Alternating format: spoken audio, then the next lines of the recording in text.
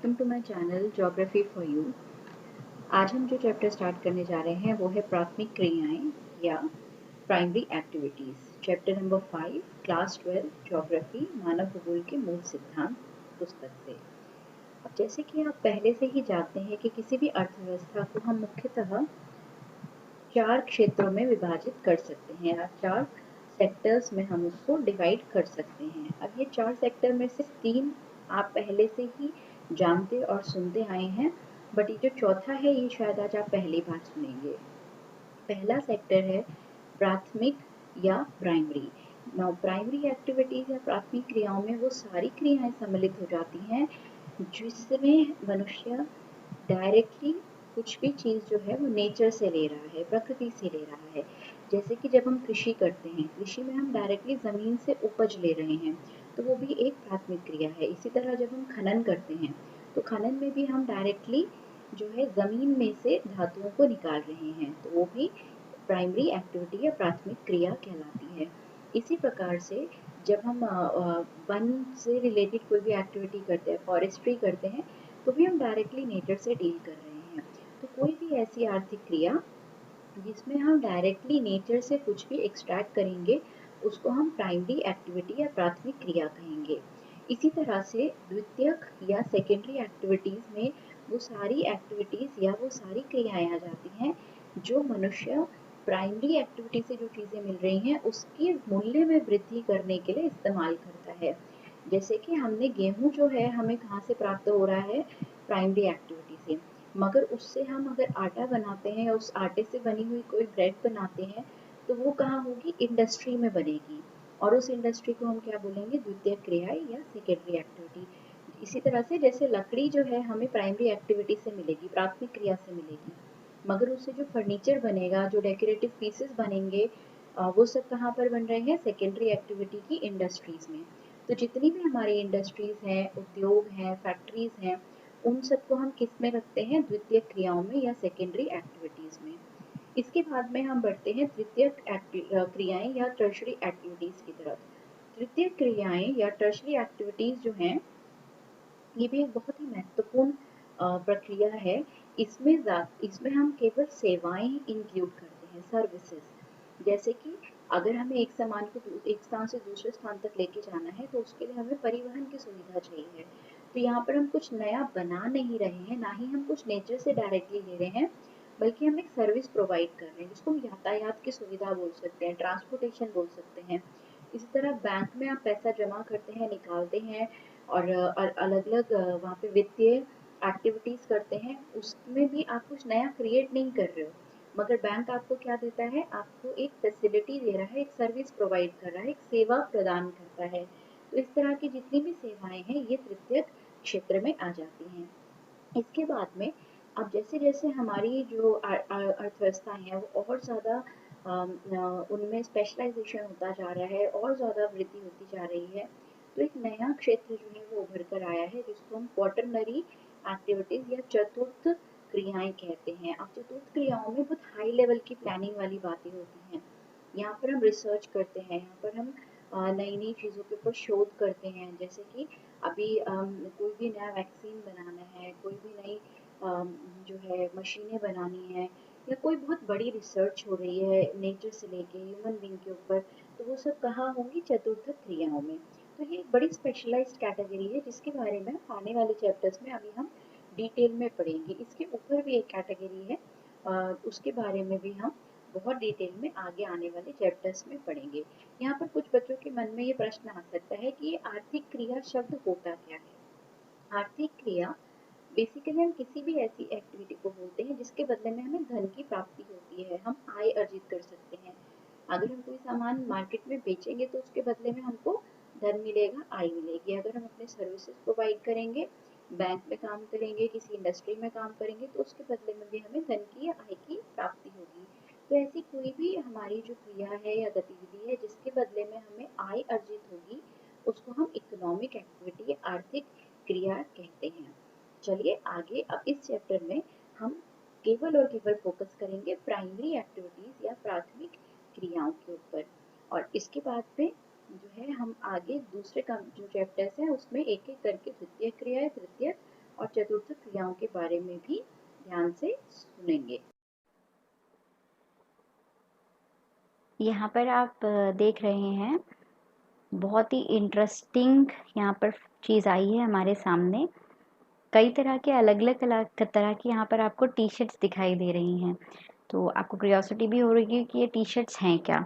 तो आगे चैप्टर बढ़ाने से पहले थोड़ा सा एक इंटरेस्टिंग फैक्ट यहाँ पर जान लेते हैं। ये जो लाल रंग की टी शर्ट आप यहाँ पर देख रहे हैं, ये एक्चुअली पुराने टाइम से जो लोग कृषि या उससे रिलेटेड एक्टिविटीज़ मतलब प्राथमिक क्रियाओं से जुड़े थे, या फिर जो लोग प्राइमरी एक्टिविटीज़ के साथ एसोसिएटेड थे, उनके यूनिफॉर्म का कलर स्टार्टिंग में लाल होता था। और क्योंकि वो घरों से बाहर काम करते थे, तो एक यूनिफाइड लुक देने के लिए उनको लाल कलर के ही कपड़े प्रोवाइड कराए जाते थे। और इसीलिए उनको जो है आम बोलचाल की भाषा में लाल कॉलर वर्कर या रेड कॉलर वर्कर कहा जाता था। इसी तरह से जो लोग फैक्ट्रियों में काम करते थे, इवन आज भी आप देखेंगे जो लोग फैक्ट्रियों में काम करते हैं, ज़्यादातर उनकी ड्रेस ब्लू कलर की होती है, यूनिफॉर्म ब्लू कलर की होती है। तो आज भी जो है फैक्ट्रियों में काम करने वाले जो लोग हैं, उनको हम ब्लू कॉलर वर्कर या फिर नीले कॉलर वर्कर के नाम से भी जानते हैं। इसी तरह से जो अभी हमने इकोनॉमी का तृतीय क्षेत्र पढ़ा, जहाँ पर लोग जो है प्लानिंग का काम कर रहे हैं, सर्विस प्रोवाइड कर रहे हैं, तो वो दिमागी तौर पर ज़्यादा काम करते हैं, ना कि शारीरिक श्रम ज़्यादा करते हैं। तो यहाँ पर जो है उनका, क्योंकि बहुत ज़्यादा कोई गंदगी वाला काम नहीं होता, वो मजदूरी वाला कोई काम नहीं करते, ऑफिसों में बैठते हैं और सोचने समझने वाले कार्य पर ज़्यादा जोर देते हैं, तो उनको कहा गया वाइट कॉलर वर्कर। इसी तरह से आगे आप जाकर पढ़ेंगे, एक हमारा जो एक पांचवा कैटेगरी भी होता है, जहाँ पर बहुत हाई लेवल प्लानिंग होती है और जो टॉप मोस्ट जो जो किसी भी देश की पॉलिटिकल एक्टिविटीज़ में लोग इन्वॉल्व होते हैं, तो उनको हम गोल्डन कॉलर वर्कर भी बोलते हैं। तो ये जो यूनिफॉर्म के कलर हैं, उससे भी हम डिफरेंट डिफरेंट कैटेगरीज़ को क्लासिफाई करते हैं या पहचानते हैं। तो यहाँ पर क्योंकि हम प्राइमरी एक्टिविटीज़ के बारे में पढ़ेंगे, तो यहाँ पर हमारा जो फोकस है वो किन पर रहेगा, रेड कॉलर वर्कर्स के ऊपर रहेगा। तो ये आपका 1 मार्क्स का एक क्वेश्चन आ सकता है कि लाल कॉलर वर्कर्स कौन होते हैं और ब्लू कॉलर वर्कर्स कौन होते हैं। तो यहाँ पर आप इस फैक्ट को यूज़ कर सकते हैं। तो चलिए शुरू करते हैं प्राथमिक क्रियाएं। अगर यहाँ पर आप पिक्चर्स को ध्यान से देखेंगे, तो आप देख सकते हैं यहाँ पर आप को खेती का कार्य दिख रहा है, यहाँ पशुपालन, यहाँ पर हम लकड़ी काटने का एक पिक्चर देख रहे हैं, और यहाँ पर मछली पकड़ने का। इसी के साथ ये बड़ा वाला चित्र जो है खनन को दिखाता है। तो इसका अर्थ ये हुआ कि यहाँ पर जिन एक्टिविटीज़ की या क्रियाओं की हम बात करने वाले हैं, वो इन्हीं के बीच में इर्द गिर्द घूमेगी। तो आइए इनको एक एक करके समझने की कोशिश करते हैं। जब मनुष्य पृथ्वी पर आया, तो सबसे पहले, क्योंकि उसके पास में टेक्नोलॉजी या तकनीक की बहुत भारी कमी थी, तो उसने जो सबसे पहले अपने जीवन निर्वाह के लिए गतिविधि चुनी, वो थी हंटिंग एंड गैदरिंग या आखेट और भोजन संग्रह। आखेट और भोजन संग्रह को अगर हम सिंपल शब्दों में बोले, तो मतलब जंगलों में जाकर जानवरों का शिकार करना, और जो भी कंदमूल या फल पेड़ पौधे जो भी जंगलों में मौजूद थे, उससे अपना भोजन एकत्रित करना। तो ये जो था, ये पहली प्राथमिक क्रिया थी जो मनुष्य ने धरती पर आने के बाद जारी रखी। अब ये ज़्यादातर जो है, ये अगर हम आज की टाइम की बात करें, तो आज भी ये कहीं ना कहीं पर आपको देखने को मिल जाएंगी। मगर ये कहाँ पर देखने को मिलेंगी, जहाँ पर आज भी जनजातीय लोग रहते हैं, जो आज भी आदिम जीवन जी रहे हैं। और ये ज़्यादातर ऐसे इलाके हैं जहाँ पर जलवायु प्रतिकूल है, या तो बहुत अत्यधिक गर्म है, या अत्यधिक ठंडी है, या फिर हम देखते हैं कि अत्यधिक वर्षा होती है या बहुत ही अधिक सूखा पड़ता है। तो यहाँ जलवायु मनुष्य के लिए फेवरेबल नहीं है। ऐसी जगहों पर आज भी हंटिंग और गैदरिंग या आखेट और भोजन संग्रह होता है। अगर हम तकनीकी या प्रौद्योगिकी की बात करें, तो वो यहाँ बिल्कुल मिनिमम होती है। कोई बड़े बड़े हमारे पास में औजार नहीं होते, कोई हथियार नहीं होते, लकड़ी से बने हुए ही औजारों का और हथियारों का उपयोग किया जाता है। तो यहाँ पर हम अगर शिकार करते भी हैं, तो वो इतने बड़े पैमाने पर नहीं हो सकता कि किसी वन्य प्राणी की प्रजाति को कोई उससे खतरा हो जाए, या किसी भी अगर हम देखें तो किसी भी वन को इससे बहुत बड़ा खतरा उत्पन्न हो, ऐसा नहीं होता। तो इसके हम एक एक करके इसके एक्टिविटीज़ के फीचर्स को यहाँ पर समझने की कोशिश करते हैं। ये सबसे प्राचीन आर्थिक क्रिया है जो मनुष्य ने शुरू करी, जैसे कि मैंने आपको बताया कि जब मनुष्य धरती पर आया तो उसके द्वारा की जाने वाली ये पहली आर्थिक क्रिया थी। यहाँ पर उसको ऑब्वियसली पैसा नहीं मिलता था, मगर उसको जो जीवन निर्वाह का सामान है वो यहीं से मिलता था। आज हम इसको एक इकोनॉमिक एक्टिविटी, आर्थिक क्रिया इसीलिए कहते हैं क्योंकि जंगलों से सामान इकट्ठा करके अब कुछ जो आदिवासी लोग हैं वो मार्केट्स में सामान बेचने लगे हैं। मगर ये इतने बड़े पैमाने पर नहीं होता है कि इसको हम ये सोचें कि एक बहुत बड़ी कमर्शियल एक्टिविटी बन जाएगी। ऐसी कोई संभावना निकट भविष्य में नहीं है। इस गतिविधि का, इस आर्थिक क्रिया का उद्देश्य जो है वो केवल निर्वाह है, मतलब अपने भरण पोषण के लिए ही ये लोग करते हैं। ऐसा नहीं है कि इनके मन में जो पहला ध्येय है वो बेचना नहीं होता, अपना पालन पोषण करना, अपने परिवार का, अपने कम्युनिटी का। और उसके लिए आसपास के ही क्षेत्रों पर निर्भर रहते हैं, ज़्यादा दूर दूर से। जैसे देखिए आज की डेट में आप चाहें तो आप कोई भी ऐसी टॉफ़ी भी खा सकते हैं जो आपके क्षेत्र में नहीं बनती, दूर से पैक होकर के आ रही है। कोई भी आप ऐसे कपड़े पहन सकते हैं जो दूसरे किसी कंट्री से भी बनकर आ रहे हैं। मगर जब हम हंटिंग और गैदरिंग की बात करते हैं तो ये बाहर के रिसोर्सेज पर निर्भर नहीं है, ये अपने ही क्षेत्र के जो रिसोर्सेज हैं उन्हीं के ऊपर ये निर्भर रहते हैं। तो जो भी पशु पक्षी इनको शिकार में मिल गए आसपास में, कोई भी कंदमूल जो आसपास के जंगल में मिल गए, ये उसी से अपना भरण पोषण करेंगे। इसके बाद में आता है कि ये कहाँ पर पाया जाता है। जैसे कि मैंने आपको बताया, प्रतिकूल जलवायु। प्रतिकूल जलवायु मतलब जो इंसान के फेवर में नहीं है, हार्श क्लाइमेट्स हैं, अधिक गर्मी, अधिक ठंड, अधिक वर्षा, बिल्कुल वर्षा ना होना। और इनके औजार किससे बने हैं? लकड़ी और पत्थरों से। जो भी यहाँ की तकनीकी ज्ञान है उसका स्तर बहुत ही निम्न है। तो ये आज भी हमें कहाँ पर देखने को मिलेगा? पिछड़े इलाकों में। और आज भी जो है ऐसी प्रजातियाँ पाई जाती हैं। अब ये एक चित्र है जिसको आप देख सकते हैं। ये देखिए, यहाँ पर हम देखते हैं आज भी ये प्रजातियाँ कहाँ कहाँ पाई जाती हैं। ये आर्कटिक का रीजन है। यहाँ पर आर्कटिक में बहुत ज़्यादा ठंड है, इसीलिए यहाँ पर और कोई अच्छी इकोनॉमिक एक्टिविटी हो नहीं सकती, कृषि हो नहीं सकती है, खनन हो नहीं सकता है। तो ये जो है आज भी आखेट और संग्रहण पर ही निर्भर हैं। इसी तरह से ये अमेज़न का जो एरिया है, ये भी वर्षा वन का एरिया है। यहाँ बहुत ज़्यादा बारिश होती है और बहुत ज़्यादा घने जंगल हैं। इसीलिए यहाँ पर भी हम देखते हैं कि मनुष्य जो है वो क्या कर रहा है, उसकी मुख्य क्रिया क्या है? आर्थिक क्रिया हंटिंग और गैदरिंग, मतलब आखेट और भोजन संग्रहण। इसी तरह अफ्रीका का अगर आप ये पार्ट देखेंगे, ये कॉन्गो बेसिन है। यहाँ पर भी बहुत ज़्यादा बारिश होती है। अच्छा, यहाँ बारिश बहुत ज़्यादा क्यों होती है ये जानना भी इंटरेस्टिंग है। ये देखिए, ये विषुवत रेखा यहाँ से क्रॉस हो रही है। और विषुवत रेखा या इक्वेटर जो है उस पर पूरे साल मौसम कैसा रहता है? क्योंकि सूर्य की बिल्कुल सीधी किरणें आती हैं, तो सुबह के समय बहुत गर्मी होती है, दोपहर तक बहुत ज़्यादा गर्मी होती है। और उस गर्मी के कारण यहाँ पर पानी भाप बन करके उड़ने लगता है। और शाम तक मौसम कैसा हो जाता है? बिल्कुल घने बादल हो जाते हैं और उससे जो है वो बारिश होनी शुरू हो जाती है। तो दोपहर तक अत्यधिक गर्मी और शाम को अत्यधिक बारिश। तो यहाँ पर कभी भी बारिश खत्म ही नहीं होती, सूखा होता ही नहीं है। इसीलिए यहाँ पर कौन से वन पाए जाते हैं? वर्षा वन पाए जाते हैं, दोनों ही जगह पर, अमेज़न में भी और अफ्रीका के इस क्षेत्र में कॉन्गो बेसिन में भी। इसी तरह की जलवायु जो है वो ये इंडोनेशियन आइलैंड्स पे भी पाई जाती है। और यहाँ पर भी हम देखते हैं कि आखेट और संग्रहण जो है वो एक मुख्य आर्थिक गतिविधि है। इसको निर्वाह संग्रहण भी कहा जा सकता है या सब्सिस्टेंस गैदरिंग भी कहा जा सकता है। तो इस शब्द से आप कंफ्यूज ना हो। आई होप यहाँ तक आपको सब कुछ क्लियर हुआ होगा। चलिए आगे चलते हैं। जब मनुष्य ने, अब इससे एक स्टेप आगे जब हम गए, पहले तो हम बिल्कुल ही नेचर के ऊपर डिपेंड थे, बट अब हमने क्या करना शुरू करा? पशुओं को पालना शुरू करा। क्योंकि धीरे धीरे हमें समझ में आया कि हम प्रकृति पर इतने ज़्यादा निर्भर भी नहीं हो सकते कि हमें अगर शिकार ना मिले तो हम भूखे मरें। दूसरा कारण क्या था? कि पॉपुलेशन बढ़ने लगी, जनसंख्या बढ़ने लगी। तो अब ये संभव नहीं होता था कि केवल आप संग्रहण से या केवल आप आखेट या शिकार करके सारे लोगों के लिए भोजन इकट्ठा कर पाएँ।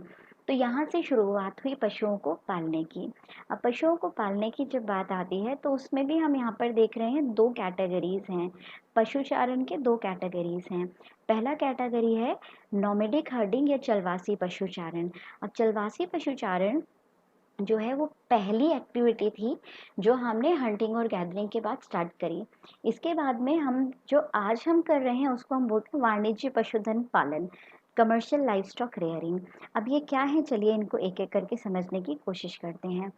अब चलवासी पशुचारण जो है वो एक प्राचीन निर्वाह क्रिया है। अगेन यहाँ पर इस शब्द को ध्यान रखेंगे, निर्वाह क्रिया मतलब यहाँ पर भी जो भी कुछ हम इकट्ठा कर रहे हैं उसका उद्देश्य बाजार में बेचना नहीं है। ये कृषि किसान जो मनुष्य था वो अपने ही जीवन निर्वाह के लिए, अपने परिवार के भरण पोषण के लिए ही करता था। यहाँ पर पशुओं का पालन जो है वो भोजन, वस्त्र, शरण, औजार और यातायात के लिए किया जाता था। भोजन के रूप में जैसे आज भी हम देखें कई जगहों पर हम दूध यूज़ करते हैं, कई जगह पर मांस भी खाया जाता है जानवरों का, वस्त्रों में उनकी खाल को धारण किया जाता है, फिर औजार बनाने के लिए उनकी हड्डियों को इस्तेमाल में लाया जाता था, यातायात के लिए भार उठाने के लिए हम आज भी कई सारे जानवरों का प्रयोग करते हैं। यहाँ पर शरण शब्द शायद आपको थोड़ा अजीब लगेगा, बट इसका एक एग्जाम्पल मैं आपको देती हूँ। आज भी जब मरुस्थलों में ऊँट जो हैं उनके घेरे बना करके लोग रहते हैं।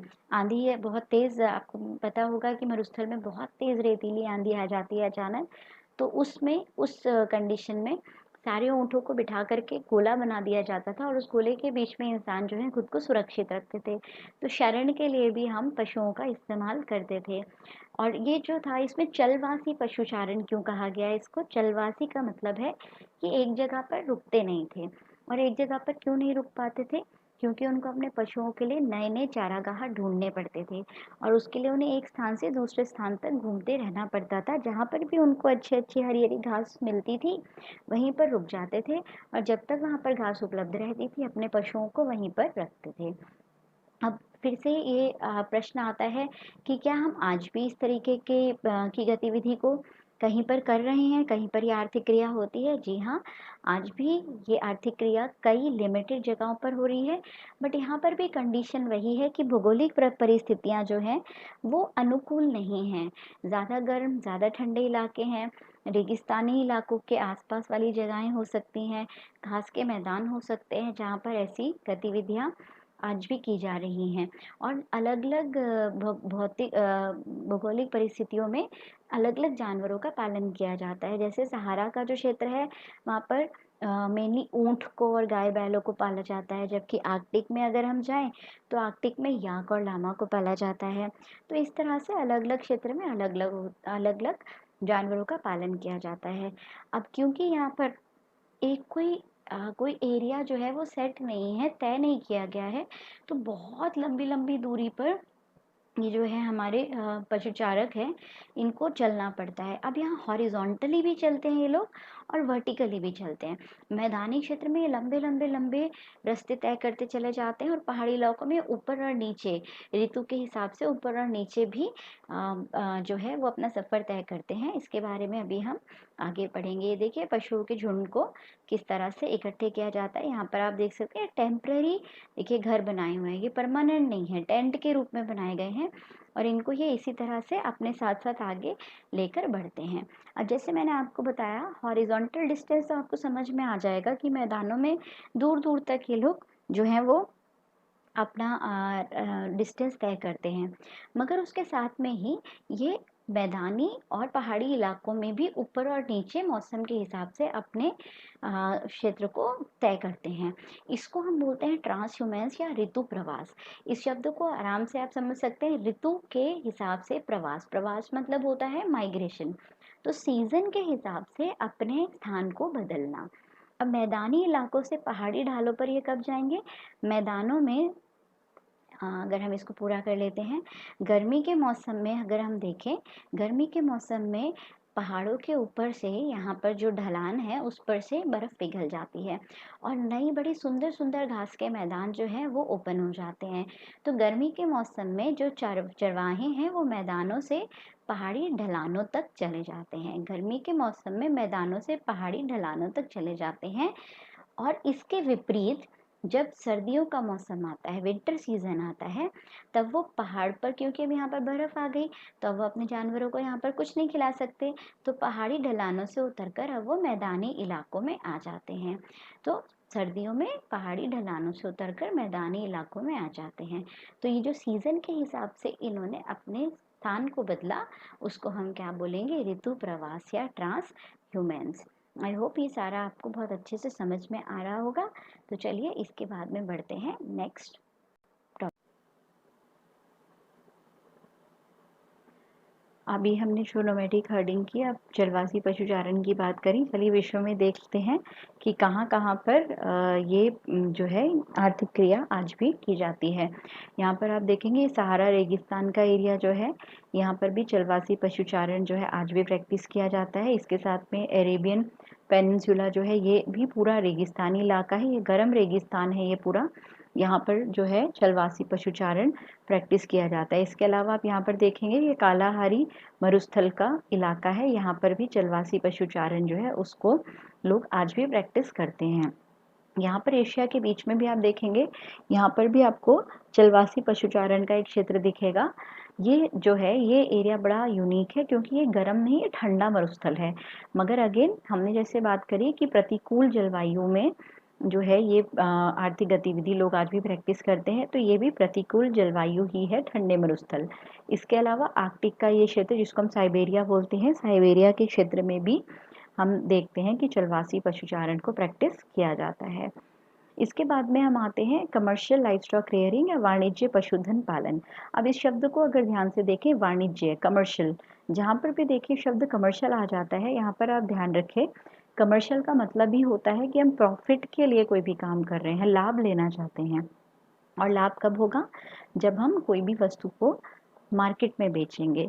तो यहाँ पर हमारा जो कमर्शियल लाइवस्टॉक रेयरिंग या वाणिज्य पशुधन पालन है, उसका मुख्य उद्देश्य क्या है कि हम पशुओं से मिलने वाले उत्पाद को बाजार में बेचें। ये नेशनल मार्केट भी हो सकता है या डोमेस्टिक मार्केट जिसको बोलते हैं, और ये इंटरनेशनल मार्केट भी हो सकता है।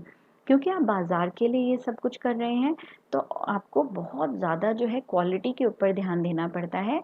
यहाँ पर हमारे पास में बहुत बड़े बड़े चारागाह होते हैं जिनको हम रैंचेस या फार्म्स बोलते हैं, और इनके एक हिस्से को एक बारी में इस्तेमाल किया जाता है। जब उस एक जगह पर हमारा जो है घास खत्म हो जाती है, तो उसको बंद करके दूसरा खोल दिया जाता है। तो इसके पॉइंट्स को एक एक करके समझने की कोशिश करते हैं कि यहाँ ये किस तरह से भिन्न है। इसमें अधिक व्यवस्थित और पूंजी प्रधान है। अगर हम इसको कंपेयर करें चलवासी पशुचारण से, जो कि एक निर्वाह का फॉर्म था, उससे ये बिल्कुल भिन्न है। ये बहुत ऑर्गेनाइज्ड है, बहुत व्यवस्थित है और पूंजी प्रधान है। पूंजी प्रधान क्यों है? जैसे मैंने आपको बताया कि यहाँ पर बहुत बड़े बड़े फार्म हैं, काम मशीनों से किया जाता है बड़े फार्मों पर, और बहुत ज़्यादा यहाँ पर जो है साफ सफाई का ध्यान रखा जाता है, जानवरों की सेहत का ध्यान रखा जाता है। तो इन सब कामों में बहुत ज़्यादा पूंजी की आवश्यकता पड़ती है। स्थायी फार्म है यहाँ पर, मतलब जैसे चलवासी पशुचारण में एक जगह से दूसरी जगह पर चरवाहों को भटकना पड़ता है, वो यहाँ पर नहीं करना पड़ता, क्योंकि ये ज़्यादातर ये घास के मैदानों पर किया जाता है। तो बहुत बड़े एरिया के ऊपर हम फार्म बना लेते हैं जिनको रैंचेस भी कहा जाता है। और जैसे मैंने आपको बताया उसको कई हिस्सों में डिवाइड किया जाता है। एक हिस्से पर पहले जानवरों को चराया जाता है, फिर कुछ टाइम के लिए उसको छोड़ दिया जाता है और दूसरे हिस्से को यूज़ किया जाता है। तो इस तरह धीरे धीरे धीरे सारे हिस्सों को यूज़ करते हुए जब हम वापस पहले तक आएंगे, तो वो वापस से उसमें अच्छी घास उग चुकी होगी। तो इसीलिए ऑर्गेनाइज्ड गतिविधि है, स्पेशलाइज्ड या विशिष्ट गतिविधि है, जहाँ पर एक ही प्रकार का पशु पाला जाता है। जैसे चलवासी पशुचारण में हमने देखा कि भौगोलिक स्थिति के हिसाब से अलग अलग पशु पाले जाते हैं, बट यहाँ पर अगर गाय का पालन हो रहा है तो गाय का ही पालन होगा, अगर यहाँ पर किसी और कैमल का पालन हो रहा है तो कैमल का ही पशुपालन होगा। तो एक ही प्रकार का जो है वो पशु पाला जाएगा और उसको बहुत ज़्यादा उसका ध्यान रखा जाता है, उसको ना तो उसको कोई बीमारी हो, और उसके ब्रीडिंग का भी बहुत ध्यान रखा जाता है। सारी तरह के वैज्ञानिक पद्धतियों को यहाँ पे इस्तेमाल किया जाता है। तो ये जो है ये बहुत ऑर्गेनाइज्ड है, कमर्शियल फॉर्म है, और इसका उद्देश्य क्या होता है कि जो भी उत्पाद हमें मिल रहा है उसको डब्बों में बंद करके वैज्ञानिक पद्धति से बाजार में बेचा जाए। ये इसका एक पिक्चर आप देख सकते हैं कि कैसे जानवरों के लिए एक व्यवस्थित बाड़ा बनाया गया है, जबकि अगर आपने गौर किया हो वहाँ पर इस तरह का चलवासी पशुचारण में कोई भी ऐसा बाड़ा नहीं बनाया जाता। इसके अगर हम एरियाज की बात करें तो यहाँ पर देखिए ये प्रेरी का एरिया है। यहाँ पर ये सारे जो आप देख रहे हैं ये घास के मैदान हैं। ये जो सारे कॉन्टिनेंट्स में ये टेम्परेट या आपके शीतोष्ण घास के मैदान हैं और यहाँ पर जो है ये बहुत अच्छे से घास उगती है, इसीलिए पशुपालन भी बहुत ज़्यादा आसान है। और इन सारी जगहों पर जो है कमर्शियल लाइवस्टॉक रेयरिंग या वाणिज्य पशुधन पालन किया जाता है। इसके आगे हम चलते हैं अब एग्रीकल्चर या कृषि की ओर। जब हम कृषि की बात करते हैं तो कृषि मतलब एक जगह पर हम कुछ अपनी पसंद से अपने उपयोग के लिए कुछ अलग अलग पौधों को उगाते हैं। और कृषि इतनी तरह की है कि उसको पढ़ना और समझना बहुत ही मुश्किल हो जाता है, इसीलिए उसका वर्गीकरण करना बहुत ज़्यादा ज़रूरी है। और वर्गीकरण में हम किस तरह की फसल उगाई जा रही है, कौन सी तकनीक अपनाई जा रही है कृषि के लिए, और कि क्या उसमें साथ में जानवरों को भी पाला जा रहा है या नहीं पाला जा रहा है, इसके आधार पर हम कृषि को अलग अलग कैटेगरीज में डिवाइड कर सकते हैं। यहाँ पर जो हमारा सबसे पहला फॉर्म है कृषि का, जब देखिए अब यहाँ पर आप ध्यान दीजिए, सबसे पहले जब मनुष्य धरती पर आया तो उसने क्या किया, आखेट और भोजन संग्रह। आखेट और भोजन संग्रह के बाद में हमारा सेकंड स्टेप जो था वो था पशुचारण या पशुपालन, जिसमें हमारा जो जो सबसे प्राइमरी फॉर्म था वो था चलवासी पशुचारण। और चलवासी पशुचारण के बाद में जब हमने एक जगह पर रहना शुरू किया, कृषि करनी शुरू की, तो जो सबसे पहला फॉर्म था वो था निर्वाह कृषि। निर्वाह कृषि को हम दो भागों में बांट सकते हैं। पहला है आदिकालीन निर्वाह कृषि और फिर है गहन निर्वाह कृषि। गहन निर्वाह कृषि को हम आगे देखेंगे, इसके भी दो और पार्ट्स होते हैं, एक में चावल प्रधान होता है और एक में चावल प्रधान या मुख्य फसल नहीं होती है। इसके बाद में नेक्स्ट आता है हमारा रोपण कृषि। उसके बाद में हम समझेंगे विस्तृत वाणिज्य अनाज कृषि। चौथा हमारा कैटेगरी रहेगा मिश्रित कृषि। पांचवा डेयरी कृषि। छठा भूमध्य सागरीय कृषि और सातवां बाजार के लिए सब्जी खेती एवं उद्यान कृषि। तो चलिए चलते हैं सबसे पहले सबसिस्टेंस एग्रीकल्चर या निर्वाह कृषि। अब यहाँ पर भी सबसे पहले इस शब्द को तोड़ करके समझने की कोशिश करेंगे। सबसिस्टेंस या निर्वाह का अर्थ है जहाँ पर किसान का उद्देश्य मार्केट में बेचने से पहले अपने और अपने परिवार का भरण पोषण करना है, तो वो उतना ही फसल उगा पा रहा है जिससे उसके अपने जो है कम्युनिटी का या अपने परिवार का ही भरण पोषण हो पाता है। अब सबसिस्टेंस एग्रीकल्चर या निर्वाह कृषि का जो सबसे पुराना फॉर्म है उसको हम बोलते हैं आदिकालीन निर्वाह कृषि। अब आदिकालीन निर्वाह कृषि जो है, जैसे कि शब्द अपने आप में ही सेल्फ एक्सप्लेनेटरी है कि सबसे पहले की जाने वाली कृषियों का ही कृषि का एक रूप है। इसे स्थानांतरणशील या कर्तन एवं दहन कृषि भी कहते हैं। शिफ्टिंग कल्टीवेशन या स्लैश एंड बर्न एग्रीकल्चर। अब शिफ्टिंग कल्टीवेशन इसको क्यों बोला जाता है, स्थानांतरण मतलब जिस तरह से हमने देखा चलवासी पशुचारण में लोग एक जगह से दूसरी जगह नए नए चरागाहों की तलाश में निकलते रहते थे, वैसे ही यहाँ पर भी लोग एक जगह से दूसरी जगह जाते थे, मगर इतनी जल्दी नहीं। वो पहले एक जगह को सिलेक्ट करते थे, वहाँ पर जो भी पेड़ पौधे होते थे, जो भी वन होता था उसको क्लियर करते थे, काटते थे, और जो बचा हुआ नीचे का थोड़ा बहुत हिस्सा रह जाता था पौधों का उसको जला देते थे। तो इस कारण से इसका नाम पड़ा कर्तन एवं दहन मतलब स्लैश एंड बर्न एग्रीकल्चर। जब उन्होंने ये पूरा एरिया तैयार कर लिया तो आग लगाने के बाद में जो राख बनी उसने भी मैन्योर का या उर्वरक का काम किया और वो पूरा किस में मिक्स हो गया, मिट्टी में। अब इससे क्या होता है, इससे जो है उर्वरता बढ़ जाती है मिट्टी की, और उसके ऊपर जो है ये लोग कृषि करते हैं 2 साल 3 साल 4 साल डिपेंडिंग ऑन कि वो मिट्टी कब तक उपजाऊ रहती है। अब यहाँ पर क्योंकि इनके पास में कोई फर्टिलाइज़र नहीं है यूज़ करने के लिए, कोई बहुत साइंटिफिक टेक्निक नहीं है, तो इसीलिए ये जो है इस यहाँ पर इस एरिया को बहुत ज़्यादा लंबे समय तक इस्तेमाल नहीं कर पाते। तो जैसे ही जो मृदा है वो अपनी उर्वरता जो है वो खोने लगती है, सॉइल इनफर्टाइल होना शुरू होता है, तो ये उस स्थान को छोड़ देते हैं और अगले स्थान की तरफ चल पड़ते हैं, और अगले स्थान पर भी फिर वापस वो वही प्रोसेस करेंगे, पेड़ों को काटेंगे, बचे हुए वनस्पति को जला देंगे और फिर वहाँ पर 4-5 साल तक कृषि करेंगे। तो इस तरह ये अपना स्थान बदलते रहते हैं, मगर दिनों में नहीं, सालों में, कई सालों में, और घूमते घूमते कई बार वो बाद में उसी स्थान पर वापस भी आ जाते हैं जहाँ पर उन्होंने आज से 10-15 साल पहले कभी कृषि की थी। यहाँ पर जो औजार इस्तेमाल किए जाते हैं वो बहुत ही प्राचीन हैं, कुदाली, फावड़े इत्यादि, जो आज की तरह बड़े बड़े ट्रैक्टर्स या बड़ी बड़ी मशीनें यहाँ पर उपयोग में नहीं लाई जाती हैं। इस तरह की कृषि उष्णकटिबंधीय क्षेत्र में की जाती है। यहाँ पर फिर से अगेन जहाँ पर भी देखिए हम बात करते हैं कि तकनीक की कमी है, तो वहाँ पर वो कौन से क्षेत्र होंगे जहाँ पर जलवायु या भौगोलिक परिस्थितियाँ हमारे अनुकूल नहीं हैं। इस खेती को अलग-अलग जगहों पर अलग-अलग नाम से जाना जाता है। झूमिंग, उत्तर पूर्वी भारत में इसको झूमिंग बोला जाता है या झूम कृषि बोला जाता है। मेक्सिको और मध्य अमेरिका में इसे मिल्पा भी के नाम से जाना जाता है। इंडोनेशिया और मलेशिया में लदांग के नाम से जाना जाता है। तो ध्यान रहे, आदिकालीन निर्वाह कृषि, स्थानांतरणशील कृषि, कर्तन एवं दहन कृषि, झूमिंग, मिल्पा, लदांग, ये एक ही तरह की कृषि के अलग-अलग नाम हैं। तो एग्जाम में आने पर आप कंफ्यूज ना हो जाएं, ये सारे नाम आपको पता होने चाहिए कि ये सबसिस्टेंस फार्मिंग या निर्वाह कृषि का जो पहला रूप है, आदिकालीन निर्वाह कृषि, उसी के नाम हैं। इसके बाद में हम आते हैं इंटेंसिव सबसिस्टेंस एग्रीकल्चर या गहन निर्वाह कृषि। गहन निर्वाह कृषि, अब इस शब्द को ध्यान से समझिए। गहन या इंटेंसिव का अर्थ है बहुत ज़्यादा। जब आप छोटे क्षेत्र से बहुत ज़्यादा लेने की कोशिश करेंगे तो हम उसको बोलेंगे इंटेंसिव या गहन। निर्वाह शब्द हम पहले ही समझ चुके हैं। निर्वाह का मतलब है सबसिस्टेंस, मतलब अपने भरण पोषण के लिए।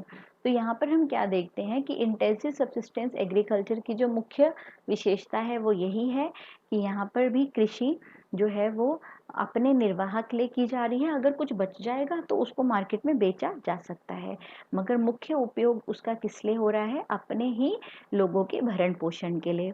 अब इंटेंसिव या गहन हम क्यों बोल रहे हैं? क्योंकि यहाँ पर जनसंख्या ज़्यादा है, तो आपके जो फील्ड्स हैं, जो फार्म्स हैं या जो खेत हैं, उनका आकार छोटा है।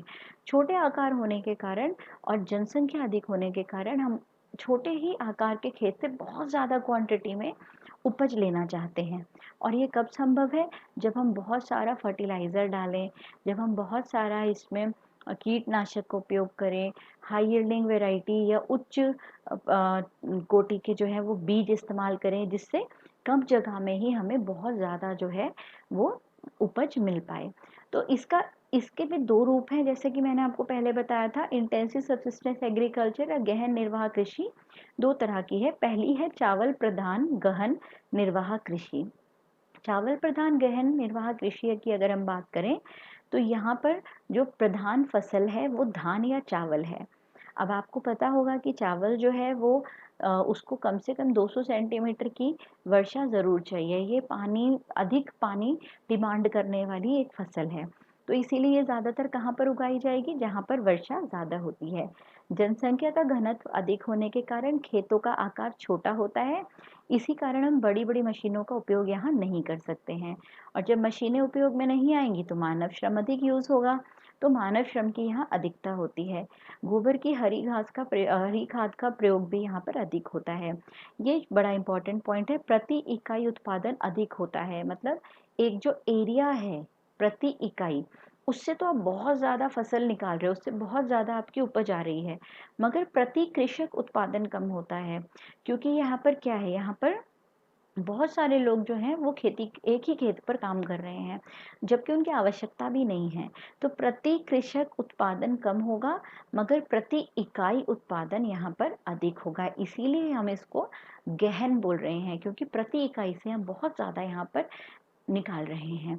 अब इसका दूसरा रूप है, जो देखिए यहाँ पर ध्यान दीजिए। गहन निर्वाह कृषि का पहला रूप था चावल प्रधान गहन कृषि, और ये दूसरा है चावल रहित गहन निर्वाह कृषि। यहाँ पर बाकी सारी चीज़ें लगभग सेम रहती हैं, मगर यहाँ पर जो अंतर आता है वो क्या है कि यहाँ चावल अब मुख्य फसल नहीं है। तो ये सीधा सीधा संकेत देता है कि यह उन इलाकों में होगा जहाँ पर वर्षा 200 सेंटीमीटर से कम है। और 200 सेंटीमीटर से कम वर्षा वाले क्षेत्रों में भी और भौगोलिक फैक्टर्स आ जाते हैं, जलवायु, उच्चावास, मृदा, जिसको ध्यान में रखकर चावल के अलावा कई तरह की फसलें उगाई जाती हैं, जिसमें गेहूँ, सोयाबीन, जौ, मक्का इत्यादि शामिल हैं। यहाँ पर क्योंकि ये कम वर्षा वाला क्षेत्र है, तो सिंचाई का प्रबंध होना अनिवार्य है। बाकी सारी चीज़ें जैसे हमने यहाँ पर पढ़ी पीछे, वही सब रहेगा कि खेतों का आकार छोटा है और प्रति इकाई उत्पादन अधिक है, बट प्रति कृषक उत्पादन कम है। और ज़्यादा से ज़्यादा हम यहाँ पर बायोकेमिकल्स का इस्तेमाल करते हैं, फर्टिलाइज़र एटसेट्रा का, मगर मशीनों का उपयोग यहाँ पर काफ़ी कम होता है। आई होप यहाँ पर तक आपको अच्छे से समझ में आया होगा। इससे आगे हम अभी नेक्स्ट स्लाइड। अभी हमने बात करी थी चावल प्रधान कृषि और चावल रहित कृषि। तो यहाँ पर हम ये दो पिक्चर्स देख रहे हैं, एक चावल प्रधान कृषि की है और दूसरा चावल प्रधान कृषि में देखिए आप देख रहे हैं पानी में ही भीगी हुई होती हैं फसलें, और दूसरा ये चावल रहित कृषि है। तो ये पिक्चर जस्ट आपके रेफरेंस के लिए थी। अब चलते हैं नेक्स्ट की ओर, जो कि है रोपण कृषि। जब हम रोपण कृषि की बात करते हैं तो रोपण कृषि या प्लांटेशन एग्रीकल्चर औपनिवेशिक काल की देन है। औपनिवेशिक काल वो समय था जब यूरोप की जो शक्तियाँ थी, जैसे ब्रिटेन है, फ्रांस है, ये अलग अलग उपनिवेशों की तलाश में एशिया और अफ्रीका की तरफ बढ़ी थी, और इन्होंने एशिया और अफ्रीका के कई देशों को अपना गुलाम बना लिया था या फिर उनको अपना उपनिवेश बना लिया था। तो जब ये यहाँ पर आए, इनका मुख्य उद्देश्य था कि ज़्यादा से ज़्यादा यहाँ से हमारे रिसोर्सेज को अपनी इंडस्ट्रीज़ के लिए यूज़ करना। तो उसी में यहाँ पर इनको लगा कि ऐसे कई सारी फसलें उगाई जा सकती हैं जो इनके उद्योगों के लिए बहुत ही ज़्यादा इम्पॉर्टेंट है, जैसे नील हो गया, रबर हो गया, कॉफ़ी हो गई, टी हो गई। तो इसके लिए इन्होंने एक विशेष तरह का एग्रीकल्चर स्टार्ट किया, जिसको हम रोपण कृषि या प्लांटेशन एग्रीकल्चर कहते हैं। ये एक बहुत बड़े विस्तृत क्षेत्र पर एक ही प्रकार की फसल को उगाया जाता था, और आज भी इसको प्रैक्टिस ऐसे ही किया जाता है। बहुत बड़े क्षेत्र में जो है एक ही फसल उगाई जाती है, और इसमें बहुत अधिक पूंजी निवेश होता है।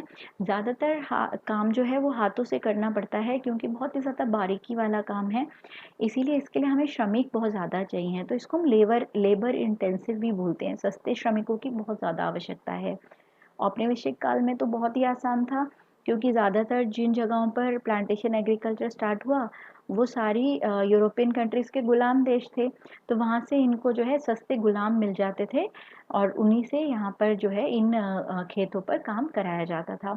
मगर अब चीज़ें बदल गई हैं। अब जैसे जैसे जो ये देश हैं आज़ाद हो चुके हैं, तो ये सारे फार्म्स वापस देशों को दे दिए गए हैं। अब यहाँ पर सरकार अपनी नीतियों के हिसाब से ही जो श्रमिक हैं उनको वेतन आदि देती हैं। तो अब यहाँ पर एक्सप्लॉयटेशन एज सच नहीं है। यहाँ पर बहुत ही वैज्ञानिक तरीकों से सारा काम किया जाता है, क्योंकि यहाँ पर हमें जो है अपने उद्योगों के लिए रॉ मटेरियल चाहिए, कच्चा माल चाहिए बेसिकली। तो इसीलिए यहाँ पर बहुत ज़रूरी था कि यातायात की सुविधा बहुत अच्छी हो, जहाँ पे फसल उग रही है और जहाँ पे उसको हम प्रोसेस कर रहे हैं, जहाँ पे फैक्ट्री है। जैसे चाय के बागानों से जो पत्ते निकल के हमने निकालने हैं, वो अगर सही समय पर खेतों से फैक्ट्रियों तक नहीं पहुँचेंगे तो ख़राब हो जाएंगे, हमारी पूरी कृषि खराब हो जाएगी। इसीलिए इन दोनों के बीच में यातायात के लिंक्स बहुत ही स्ट्रॉन्ग होने चाहिए, और होते भी हैं। और ज़्यादातर देखा गया है कि इनके प्लांटेशन फार्म्स के बीच में ही या बहुत आसपास में ही फूड प्रोसेसिंग इंडस्ट्रीज़ भी लगी होती हैं। तो ये बहुत ही ज़्यादा जो है आधुनिक टाइप का और वैज्ञानिक टाइप की कृषि है। एक ही प्रकार की फसल उगाई जाती है, बहुत विस्तृत क्षेत्र पे उगाई जाती है। इसके अगर हम उदाहरण की बात करें तो जैसे भारत में चाय के बागान हैं, कॉफ़ी के बागान हैं, रबड़ के बागान हैं, ये सब जो हैं ये रोपण कृषि के ही उदाहरण हैं। इसके यहाँ पर हम इसमें एक बारी रिवाइज कर सकते हैं इसको कि यहाँ पर क्या क्या चीज़ें होनी चाहिए। औपनिवेशिक काल में इसकी शुरुआत हुई, एक ही तरह की फसल उगाई जाती है और सस्ते श्रमिकों की आवश्यकता है। कृषि क्षेत्र का आकार बहुत विस्तृत होता है और अधिक पूंजी का निवेश चाहता है। वैज्ञानिक तरीकों का इस्तेमाल किया जाता है। अधिक यातायात की सुविधा होनी चाहिए, अच्छी यातायात की सुविधा होनी चाहिए जो फार्मर फैक्ट्री को जोड़े। और इसके उदाहरण मैं आपको पहले ही दे चुकी हूँ। ये देखिए इसके कुछ पिक्चर्स हैं। ये चाय के बागानों का एक पिक्चर है, यहाँ पर ये केले की भी खेती इसी प्रकार से होती है, और ये रबर के फार्म का एक चित्र है। तो प्लांटेशन एग्रीकल्चर भी आपको समझ आ गया होगा। इस वीडियो में हम यहीं तक बात करेंगे, और इसके आगे का जो है पार्ट हम नेक्स्ट वीडियो में लेंगे, क्योंकि ये काफ़ी इलैबोरेट हो गया, ये चैप्टर काफ़ी लंबा है और इसमें से बहुत ज़्यादा एग्ज़ाम में क्वेश्चंस भी आते हैं, तो इसीलिए आप इसको ध्यान से करें। और इसके आगे के पार्ट के लिए आप दूसरे वीडियो की लिंक को ज़रूर चेक करें। Okay, thank you, bye bye.